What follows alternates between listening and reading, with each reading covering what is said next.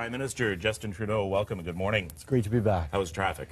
Not too bad, actually. Okay, I'm just wondering because I'm putting that in for John Tory just to see if we can get some money for the subway relief. Actually, in about an hour and a half, I'm going to be announcing the York opening the York York subway extension, which is a big piece of news and a reminder that what we're doing on investing long term in big infrastructure matters. This has been years. It goes back to before us, obviously, but. Getting to that end line means consistent investments in people, and that's what we're doing. Let's talk about investments in people globally. A lot of eyes right now on NAFTA. We want to talk trade. So it's kind of hanging by a thread right now. A lot of conversations, but nothing solidified just yet. Where do things stand, and help us understand the importance of getting something done? Well, I mean, the fact is that we are so interlinked with the United States in terms of trade. NAFTA has been great for us, for the U.S., even for Mexico, for the past 25 years. Of course, we need to update it. The American president has a bit of a different perspective on it. He's negotiating hard, but fundamentally, there are so many good jobs created on both sides of the border through NAFTA that we have to believe that we're going to end up in a good place. Well, just last week, he said, you know what, I'm thinking I might walk away, but I like that Justin Trudeau fella up north. Would we then negotiate a deal? If NAFTA does fall through, would we go ahead and negotiate something separately with the States, and what would that do with our relationship with Mexico? Well, I think, first of all, what we've learned is, the president likes to be unpredictable, but we're just going to stay serious, focused, and working on a win-win-win. It's what our relationship should be. You just returned from China. The didn't return with a trade deal. How do you respond to that criticism? Oh, I think Canadians expect us not to get a good deal and get.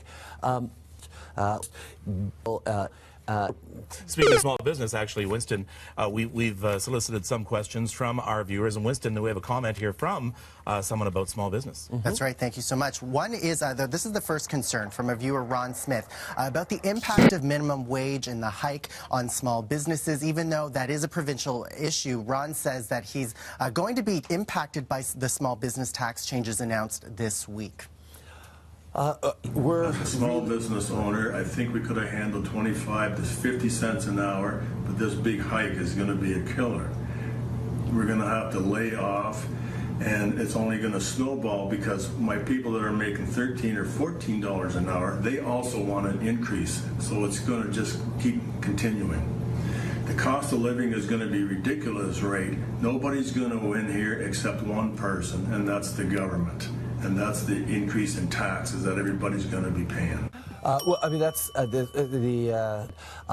could hear small business owners yelling at their TVs right now. A lot of them are still, and they're letting me know, saying that when in the end, January 1st, the changes to the small business tax is going to hurt a lot of them. Okay. And they're already facing, like we saw, provincial problems with the minimum wage, and they're facing rent hikes. Some of them are closing. Yonge Street is rife with the shops that have closed down. Well, let's make it perfectly clear. 100% of all small businesses in this country only touches 3% of small businesses, and even then, their kids who work in the business, their wives or their husbands, and overall, we're helping small businesses. Well, another question too was the timeline on it, and some saying, why is it being introduced January 1st, 2018? Why not wait the year until there was more spread out and we could figure out exactly how this is going to roll out? Why the rush on it? Because there's been some criticism in the Senate with the report. Why now? Well, when we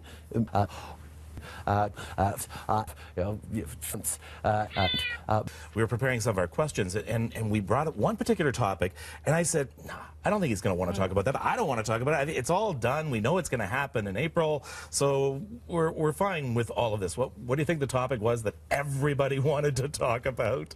And that is marijuana. Okay. And so let's get to one of the comments right now. Sure. From the questions we've been getting, it's one of the common themes, and it's medical marijuana for pain control, for mental illness. We got this question from Diana Donnelly in Kingston. Take a look. I represent a lot of people in Kingston who have PTSD, mental health issues. We use cannabis because it's safer. We use less of other medications when we're using cannabis. Why are you taxing our medicine? I've been using it for 18 months. I didn't pay that dollar tax. And for me, because I make my cannabis into edibles and oils, it's going to cost me $150 more a month for my medicine. I'm not sure that I can afford that, which means that the whole purpose of you legalizing is kind of going up in smoke. Okay. Yeah. It's almost impossible to talk about marijuana without making puns somewhere in there. A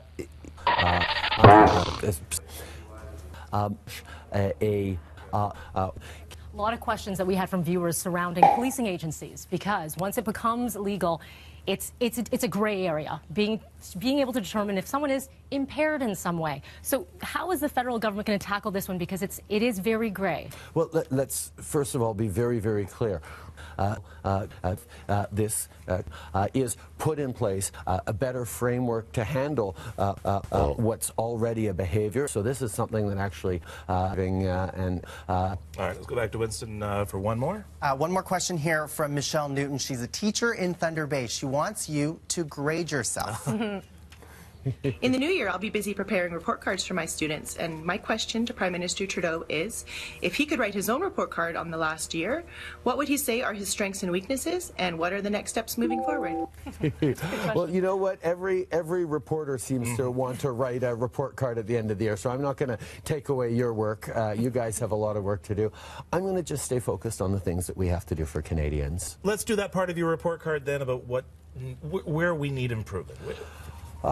Where we need to continue focus is making sure we're listening to Canadians. In the new year, like I did last year, I'm going to be kicking off with a series of town halls where I'm going to get out and actually take direct questions from Canadians on a broad range of topics. And they're not always comfortable. Oh, no, they're tough questions, but quite frank, and I hate saying this, often they're tougher and better questions than the media gives me as well. Hey, this comes straight from... That's why you reach out to viewers as well. But they are the real questions. And you said, you know what, you have a very thick skin. I was raised with people who loved me because of my dad and people who disliked me because of my dad. And I had to know that either way didn't define who I was. And that allows me to have a strong sense of who I am and take even unconstructive citizen and try and criticism and try and make the constructive element out of it. As a baby boomer, I have to say, Canada has not been on the world stage like this, with this kind of an image, since your dad. How much of Pierre Elliott Trudeau is in Justin Trudeau on foreign visits, etc.? I think I'm always extremely proud to be my father's son, but as we were talking before we went on, I'm incredibly proud to be my mom's son as well. I mean, She's a wonderful woman. I was shaped by my parents, but I am my own person, and if Canada's having a bigger impact on the world stage, we are doing the right kinds of things. And all right, well, Prime Minister, you are on breakfast television, so we've got to have a little bit of fun. And we want to talk a bit about the holidays specifically, right around the corner. So we've got some rapid fire questions for you, okay? So rapid answers. First thing that comes to mind, okay? Sure. Cider or eggnog? Nog. Mild temps or winter wonderland? You're from Ottawa. Big get-together or small family gathering? I guess. Load up on the main course or save room for dessert? Oh, no. I can't get... Okay. Best holiday song? Well, now you got actually Well, we want to. I know that you have you recorded your Christmas message yet? Nobody ever gets a chance to record a message to the Prime Minister and to your lovely wife Sophie. So, you know, from Canadians, you know, like you or not, a Merry Christmas to our Prime Minister and his family, and we look forward to the new year, bigger and better for Canada. Thank you. Merry Christmas to you all, and for whom Christmas is going to be tough, as it always is. Thank you so much.